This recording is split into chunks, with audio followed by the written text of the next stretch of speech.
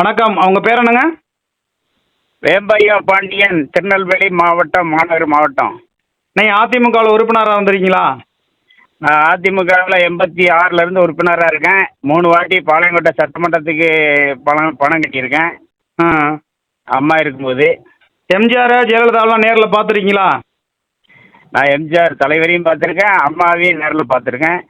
அம்மா வீட்டுக்கும் நான் போயிருக்கேன் என் மகன் கல்யாணத்துக்கு லெட்டர் வைக்கிறதுக்கு. சரி. இப்போ சசிகலா அம்மாவை நேரில் பார்த்துருக்கீங்களா? சிகலா அம்மாவை சின்னம்மாவை நல்லா பார்த்துருக்கேன். சின்னம்மா வீட்டுக்கு 2-3 வாட்டி போயிருக்கேன். சரி, ஓகே. இப்போ அனைத்து இந்திய அண்ணா திராவிட முன்னேற்ற கழகத்தில் இப்போ புதுசாக ஓனாய் வெள்ளாடு அப்படிங்கிற வசனத்தை எடப்பாடி பழனிசாமி பேசியிருக்காருல்ல, ஆமாம். இதை பற்றி உங்களுடைய கருத்து என்ன? ஓ நாயின்னு சொல்கிறது யாரு, ஓ நாயின்னு சொல்லக்கூடிய பொருத்தமான ஆள் யார் அப்படிங்கிறது நாட்டு மக்களுக்கு எல்லாருக்கும் நல்லா தெரியுமில்ல. ஆ. ஹலோ. சொல்லுங்கள் சார். ஓனாயின்னு சொல்கிறாரு. ஓனாயின்னா யாரை சொல்கிறாரு? அம்மையார் சசிகலாவை சொன்னாரா? ஓபிஎஸ் சொன்னாரா? டிடிவி தினகரனை சொன்னாரா? கேசி பழனிசாமியை சொன்னாரா? புகழேந்தியை சொன்னாரா? அதாவது ஓ நாயின்னு சொல்கிறது யாருன்னு முதல்ல ஒன்று வச்சுக்கிடுங்க. ஆ. ஓ நாயின்னு சொல்கிறதுக்கு தகுதி அந்த சொல்லுற ஆளுக்கு இருக்கான்னு பாருங்க. ஓனாய் என்ன அவ்வளோ கொடூரமான விலங்கா? அது வந்து காட்டு விலங்கு. இது ஏற்கனவே காட்டு விலங்கோட சேர்ந்த விலங்கு தான் இந்த விலங்குலாம். யாரு? எந்த விலங்கு? எடப்பாடியா? எடப்பாடி வந்து அதோட மோசமான விலங்குன்னு வச்சுக்கிடுங்க. ஏன் இந்த மோசமான விலங்குன்னு தெரிய கொஞ்சம் கூட ஆய்வு பண்ணாம அவங்க வந்து களத்தில் இறக்கி விட்டுருப்பாங்க இந்த அம்மா சசிகலாமா? எங்க தெரியலையா? கிளர்ச்சி சீமை படம் பார்த்துருக்கீங்களா? அதுல ராதிகா அம்மா வந்து ஒரு மூட்டையை கட்டிக்கிட்டு வந்து போவாங்க. அந்த கதையில வந்து சின்னம்மா வந்து ஜெயிலுக்கு போற சூழ்நிலை உருவாக்கிட்டு இல்லாத பொய்யான வழக்குல சின்னம்மாவை வந்து அவங்க வந்து ஒரு பொறுப்புலையும் இல்லை, கவர்மெண்ட் பொறுப்புலையும் இல்லை, அவங்களுக்கு ஒரு தண்டனை கொடுத்து உள்ள அனுப்பிட்டாங்க. அந்த அனுப்பி ஜெயிலுக்கு போற அன்னைக்கு முதல் நாள் ஒரு லேடிஸே ஒரு எவ்வளோ பெரிய பொறுப்பை வந்து இவ்வளோ பெரிய ஆம்பளைலால முடியாத கதையை அந்த அம்மா செஞ்சு ஒரு முதலமைச்சராக உட்கார வச்சுட்டு போச்சு இந்த எடப்பாடியை. அந்த நன்றி கூட அந்த எடப்பாடிக்கு கொஞ்சம் கூட இல்லை. அப்படிப்பட்ட ஆள் வந்து ஓனாகி அது இதுன்னு சொல்கிறத வந்து இந்த நாட்டு மக்கள்லாம் நம்ப மாட்டாங்க. என்னங்க ஒருத்தரை முதலமைச்சர் ஏங்க நீங்கள் இருக்கீங்க, உங்கள் வீட்டில் ஒருத்தரை விட்டுட்டு போகிறீங்கன்னா நன்றியான ஆளான்னு தெரிஞ்சு பார்த்துட்டு விட்டுட்டு போகணும்ல. இவ்வளோ பெரிய துரோகத்தை செய்கிறாருங்கிறது உலகத்துக்கே தெரியுது. கொஞ்சம் கூட அந்த அம்மா யூகிக்கல. எங்கள் குடும்பத்தாலே வேற மாதிரி இருப்பாங்க. குடும்பத்தால்னா அவங்கள பற்றி முழு விவரம் எல்லாருக்கும் தெரியும். இதை வந்து கட்சி அதிமுகங்கிறது ஒரு கட்சி. அதில் அனைத்து சமுதாய மக்களும் இருப்பாங்க, அனைத்து மதத்தினரும் இருப்பாங்க. சரி. இந்த அம்மா வந்து பதவி கொடுத்துட்டு ஜெயிலுக்கு போனாங்க. ஆமாம். யோக்கியமான ஆளாக இருந்தால் என்ன பண்ணியிருக்கணும்? நமக்கு பதவி கொடுத்துட்டு போன ஆளு சின்னம்மா வரும்போது வரவேற்றிருக்கணும். நீங்கள் வரும்போதுங்கிறதே விட்டுருங்க. இத்தனை வருஷமா ஜெயிலே விட்டுருக்க கூடாது. நீங்கள் ஒரு ஆள் வச்சு வக்கீல் வச்சு இவர் போலனாலும் வாதாடி எனக்கு பதவி கொடுத்த அந்த அம்மாவை நான் ஜெயிலில் 1 வருஷம் கூட இருக்க விட மாட்டேன், வெளியில் எப்படியாவது கொண்டு வந்துடுவேன்னு இவர் வந்து வக்கீல் மேலே வக்கீல் வச்சு ஒரு 100 வக்கீல் வச்சு வெளியே கொண்டு வர்றதுக்கு முயற்சி பண்ணியிருக்கணுங்க. எந்த விதத்துல இவர் வந்து துரோகிங்கிறதுனால அந்த காரியத்தெல்லாம் செய்ய மாட்டாரு. கேட்டீங்களா? நல்ல காரியங்கள்லாம் இவர் செய்ய மாட்டாரு. அதுக்கான ஆள் இல்லை எடப்பாடி வந்தல. அதனாலதான் இப்ப அவங்க சமுதாயமே கொங்கு மண்டலத்திலேயே கவுண்டர் சமுதாயத்தினரே இப்ப எதுக்க ஆரம்பிச்சுட்டாங்க. அவருடைய செல்வாக்கு சரிய ஆரம்பிச்சுட்டு அவரெல்லாம் வந்து நின்னாருன்னா ஒரு சட்டமன்ற தொகுதியோட எடப்பாடி தலைமையிலான கட்சி வந்து வெற்றி பெறாது. அவர் அசைக்க முடியலைங்க. தொடர்ந்து நீதிமன்றம் எல்லாத்துலயுமே அவர் தானே ஜெயிச்சுட்டு வர்றாரு. என்ன ஜெயிச்சு என்ன பண்ண முடியும்? மக்கள்லாம் ஓட்டு போடணும். மக்கள் ஓட்டு போட்டாதானே ஓட்டு போடுறாங்க போடல, அது அவருக்கு தேவையில்ல. கட்சியோட பொதுச்செயலராக இருக்காரு, சின்ன இருக்கு, அதோட என்ன வேணும்? கட்சி அழிஞ்சாலும் பரவாயில்லன்னு சொல்லி ஒரு ஆள் இருக்காருன்னா அவர் பின்னாடி மக்கள் எப்படி போவாங்க? கட்சி எங்க அழிஞ்சிருக்குங்கிறீங்க? சின்னமும் அவர்கிட்ட இருக்கு, கட்சியும் இருக்கு, பொதுக்குழு 11 தோழி பழனிசாமின்னு பேஸ்புக்ல இருந்து இன்ஸ்டாகிராம் வரைக்கும் போட்டுக்கிட்டு இருக்காங்க. இன்ஸ்டாகிராம் வரைக்கும் போட்டுதாங்க. அப்படிப்பட்ட ஒரு ஆளை போய் நீங்க சரி அப்படிப்பட்டவருக்கு நான் சப்போர்ட் பண்றேன்னு நீங்க நினைச்சிட்டு இருக்கீங்க. சரி, ரைட்டு, நான் நடுநிலையா சொல்றேன். எடப்பாடி பழனிசாமி எம்ஜிஆரோட சட்ட விதிமுறைகள் எல்லாம் தளர்த்தி மாற்றி அவர் பொதுச்செயலாளர் ஆகிறார்ல, அப்போ மூத்த அமைச்சர்களாக இருக்கக்கூடிய இடத்துல இருக்கக்கூடியவர் செங்கோட்டையன், அவர் அப்போவே வெளியில் வந்திருக்கணும்ல. அவரு வந்து எம்ஜிஆர் தான் என்னை அரசியல்ல வளர்த்தாரு, அவருடைய பிள்ளை தான் நானு. நீ எம்ஜிஆரோட சட்டத்தை நீ மாத்துற, நான் உன் கட்சியை விட்டு வெளியில போறேன்னு சொல்லி ஒரு 20 சட்டமன்ற உறுப்பினரா ஒரு 300 பொதுக்குழு உறுப்பினரா வெளியில கூட்டிட்டு யோக்கியமான ஆளா தான் அவர் வெளியில வந்திருக்கணும்ல, ஏன் வரல? பொதுச் செயலாளரா பழனிசாமி வந்து தக்க வச்சுக்கிடுவாரு இந்த கட்சின்னு எல்லாரும் நினைச்சுக்கிட்டு இருந்தாங்க. இப்ப வந்து அவரால் தக்க வைக்க முடியாதுங்கிற நிலைமை ஒண்ணு உருவாயிட்டு. செங்கோட்டை அவ்வளவு நாள் சமாளிச்சு தான் இருந்தாரு. அவர் வந்து ஒரு நல்ல அரசியல் தலைவர். அவரை பத்தி எனக்கு ஓரளவு தெரியும். துரோகம் நடக்கும்போது, ஒரு வன்மம் நடக்கும்போது, மிகப்பெரிய ஒரு கொடுமை நடக்கும்போது வெகுண்டெழுந்து வரணுமே ஒழிய நான் சகிச்சுக்கிட்டு தன்னால் இருந்தேன், அவரே பதவியில இருந்திருந்தா நான் இருந்திருப்பேங்கிறது அது எப்படி யோக்கியமான அரசியல்வாதி எப்படி எடுத்துக்க முடியும்? எல்லாருமே அந்த கண்டிஷன்ல தான் அவரு கூட பின்னாடி இருந்துகிட்டு இருந்தாங்க. இப்போ ஒருத்தரா உருகிட்டு இருக்காங்க. கொங்கு மண்டலத்துல எல்லாருமே வெளியே வந்துருவாங்க. யாரு? எஸ்பி வேலுமணியுமா? எல்லாருமே வந்துருவாங்க. நீங்க வேணா பாருங்க. சின்னம்மாக்கு பொதுச் செயலாளர் வழக்கு வந்து சுப்ரீம் கோர்ட்ல பெண்டிங்ல இருக்கு. ஆமா, இவங்க வழக்கு நிலுவையில் இருக்கு. அந்த வழக்குல எங்களுக்கு ஆர்டர் போட்டாச்சுன்னா எல்லாரும் எங்க நிற்பாங்க? ஆர்டர் போட்டுருவாங்கங்கிறீங்களா? 90% 100க்கு 100 போட்டுருவாங்க. அதில் எந்த மாற்றமும் இல்லை. அதில் லீகல் படி லா படி எல்லாமே கரெக்டாக இருக்குது. சின்னம்மாவுக்கு தான் இருக்குது. ஏன் அவரும் கூட சேர்ந்து தான் பொதுச் செயலாளரில் கையெழுத்து போட்டு சின்னம்மாவை தேர்ந்தெடுத்திருக்காரு. ஆமாம், இன்னொரு வகையில் பார்க்கும்போது பன்னீர்செல்வம் வந்து வேட்டி கட்டக்கூடாது, அதிமுக கரை வெட்டி கூடக்கூடாது, கட்சி பயன்படுத்தக்கூடாதுன்னு சொல்லிலாம் நீதிமன்றத்தில் வந்து உத்தரவு போட்டாங்க. ஆனா அந்த உத்தரவு நிரந்தரமான உத்தரவு இல்ல. இப்ப பொதுச் செயலாளர் வழக்குல சின்னம்மாவுக்கு வந்து உத்தரவு. அம்மையார் சசிகலா வந்து எல்லா தமிழ்நாடு ஃபுல்லா பிரச்சாரம் அது இதுன்னு போறாங்க. போகும்போது உங்களை மாதிரி தொண்டர்கள்லாம் அதிமுக கொடி காமிக்கிறாங்க. அந்த அம்மா கார்ல வந்து கொடி இருக்கு. அதை எடப்பாடி பழனிசாமி அவளை வந்து கோர்ட்டுக்கு போக முடியல. என்ன காரணம்? அதாவது நான் வேம்பையா பாண்டியன் நானே 3 வாட்டி மாவட்ட செயலாளர் இருக்கேன். என்னையும் அவர் வந்து நீக்கலையே. என்னை வரைக்கும் நான் அந்த கட்சியில தானே இருக்கேன், அதிமுகல.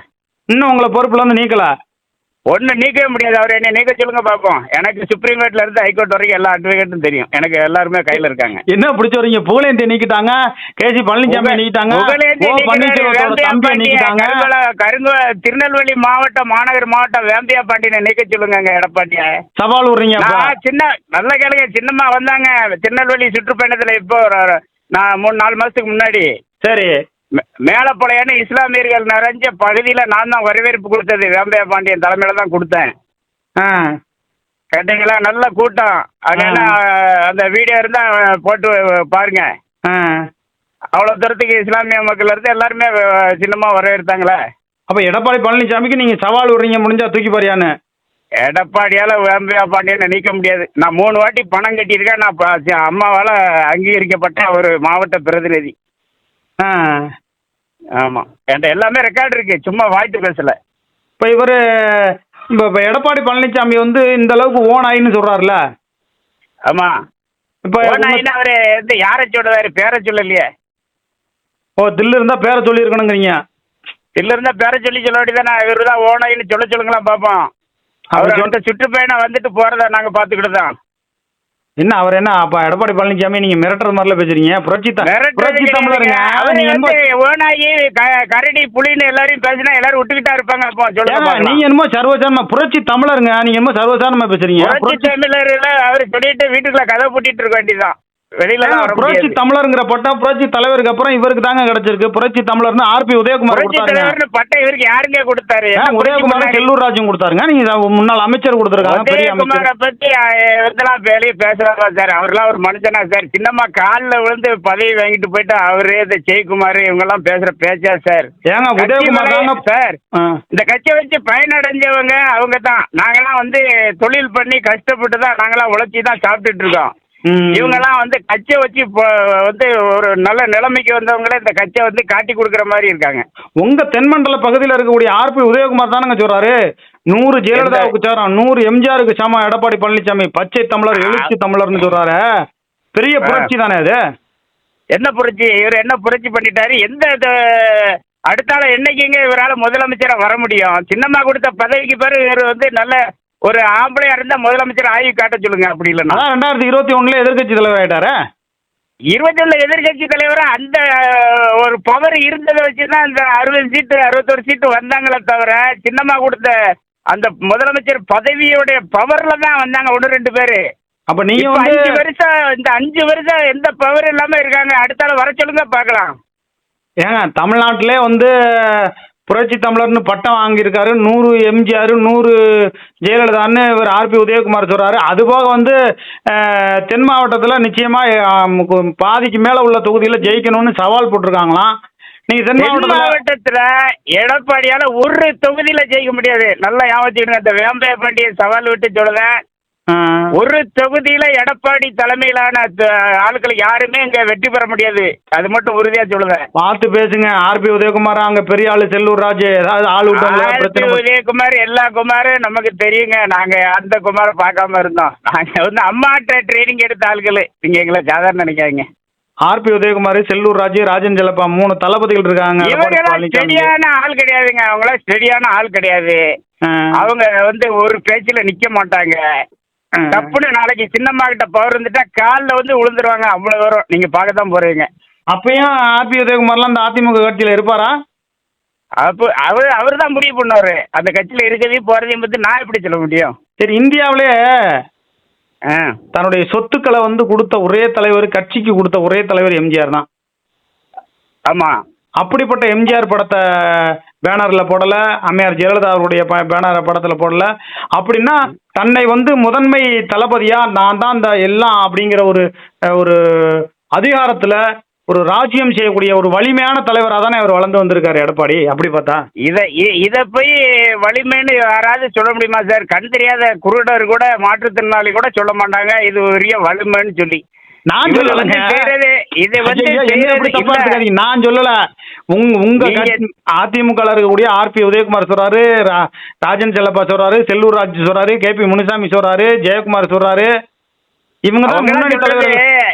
அவங்க சொல்றது பதவி சுகத்துக்காக அது எவ்வளவு சொல்லுதாங்களே தவிர மனசாட்சியோட யாருமே இதெல்லாம் சொல்ல மாட்டாங்க.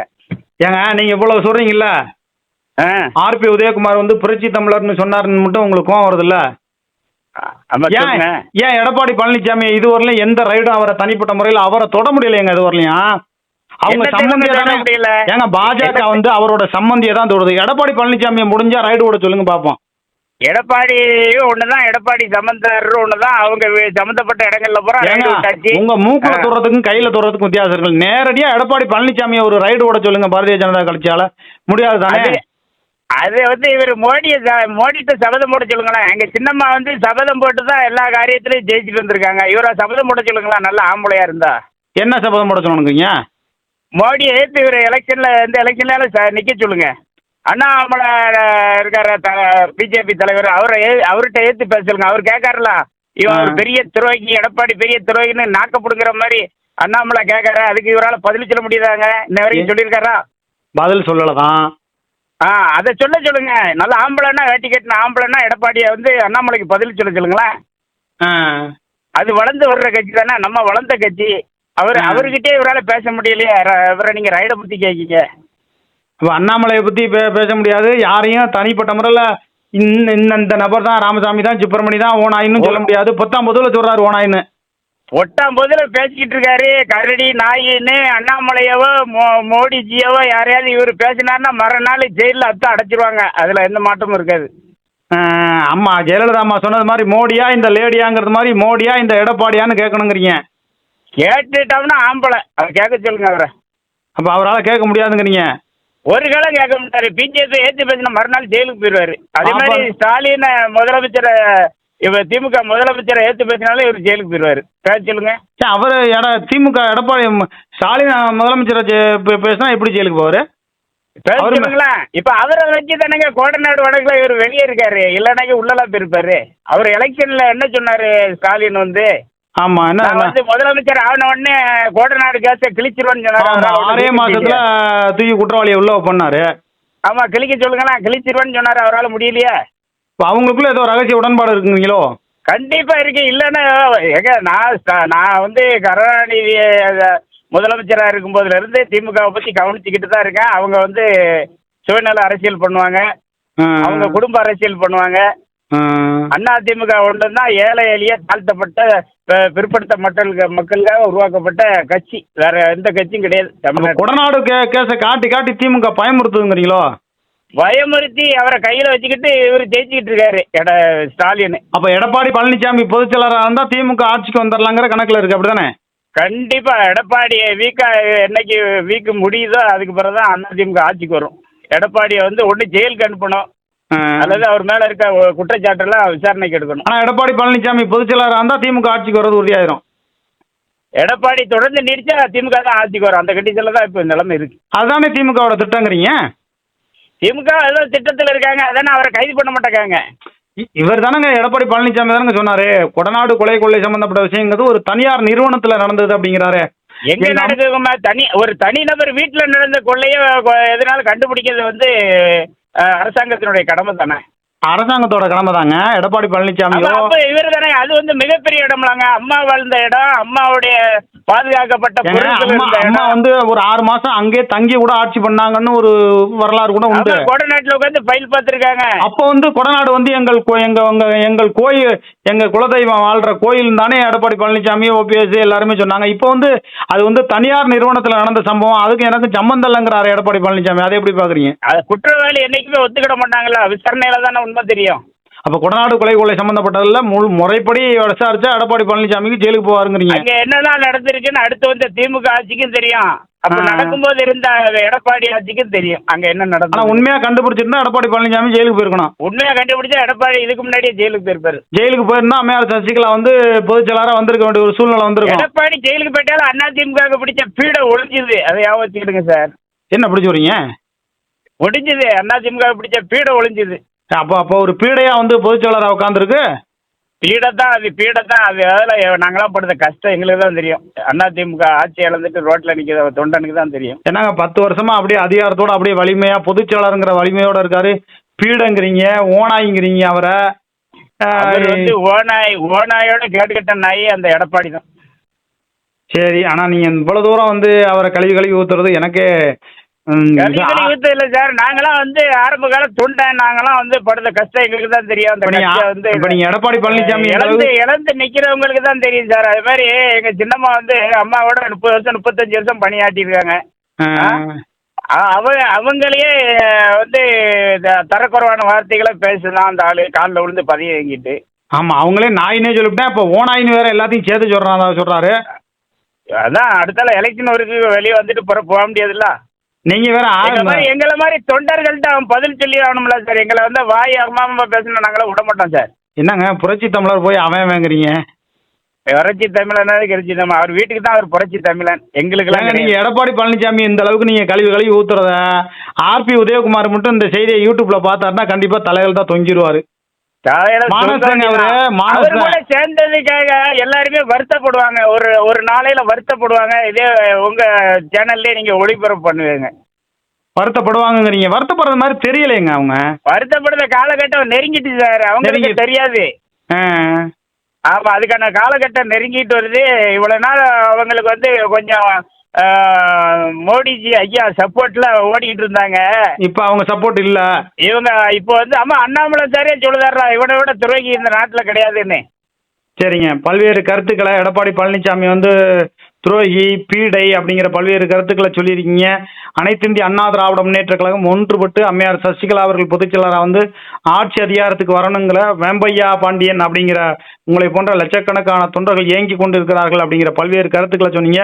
உங்களுடைய நல்ல நோக்கங்கள் வெற்றி பெற வாழ்த்துக்கள். நன்றி, வணக்கம். நன்றி. நன்றி.